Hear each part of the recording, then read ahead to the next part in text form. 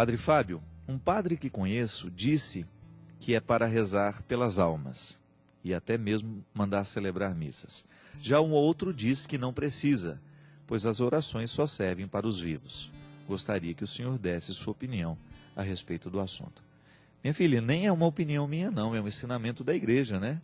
Para isso que existe o dia de finados, o dia que nos recorda a oração pelos que já morreram. Toda a Eucaristia tem lá, dentro da oração eucarística, né, existe sempre um momento, né, em que a igreja reza por aqueles que estão ao redor da mesa e por aqueles que partiram para outra vida, né? Você já deve ter prestado atenção. Se você é católico e participa dos ritos católicos, você sabe muito bem que dentro da oração litúrgica e eucarística há sempre um pedido por aqueles que já morreram. Isso faz parte da comunhão dos santos, né, gente? Nós rezarmos, claro, pelas questões vivas e por aqueles que já se foram. A oração é uma forma de querer bem. Eu sempre gosto dessa definição. Eu rezo por aqueles que eu quero bem. E orar é querer o bem do outro. Que problema tem eu me recordar do meu pai que já morreu e apresentá-lo diante do Senhor, né? Não é nenhum problema. Ô Senhor, o meu pai que já se foi, quero me recordar dele neste momento. Às vezes a gente confunde também, porque a gente acha que rezar pelos mortos é só pedir por eles, né? Não. Nós precisamos também aprender como oração de ação de graças. Eu agradeço a Deus pela vida do meu pai, por tudo aquilo que ele representou na minha história, pelo caráter que ele deixou em mim, pelas marcas positivas que ele deixou em mim. E peço perdão por ele, por tudo aquilo que ele não soube fazer, por tudo aquilo que ele não soube viver. A oração é uma forma de reconciliação também com aqueles que já morreram. Quantas pessoas, minha gente, trazem no coração o peso de remorsos, de situações indigestas, né? De realidades que não foram boas, que estão gravadas na mente e no coração, e que viram um inferno, um complexo de culpa muitas vezes. Eu encontro muitos filhos que vivem processos culposos, né? Porque não trataram os pais como deveria tratar. Aí o pai e a mãe morrem, as pessoas vão ficar infelizes com a consciência de que não foram os filhos que poderiam ter sido. A oração ajuda até nisso, quando a gente começa a pedir a Deus que purifique o nosso coração desses sentimentos, né?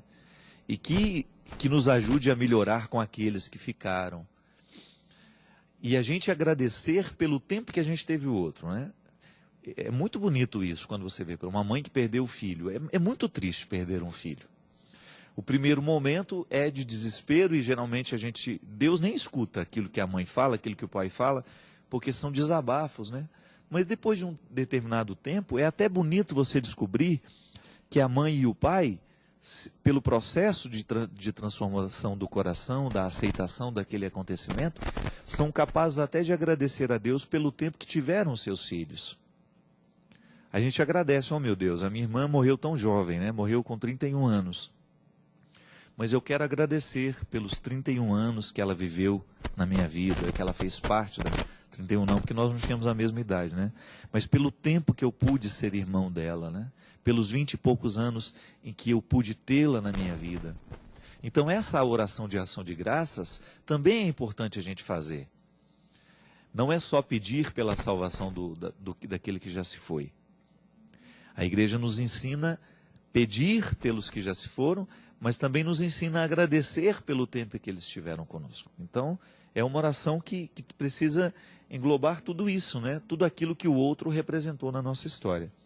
Então, o padre que diz que não precisa rezar, ele está um pouquinho equivocado, porque a igreja nos recomenda. Pode ser também, minha gente, às vezes eu tenho muito cuidado com isso. Às vezes a gente diz uma coisa, o outro entende outra totalmente diferente. Então eu tenho muito medo de ficar fazendo análise, né, e julgamento de frases que estão descontextualizadas. Uma frase fora do contexto, ela pode dizer absolutamente contrário daquilo que o autor queria dizer. Porque frases, elas se amparam, né? Se você tem um texto, eu tenho aqui o meu livro novo. Se você tira uma frase daqui e lê fora do contexto, pode ser que o outro vá me interpretar totalmente errado. Então precisa tomar muito cuidado.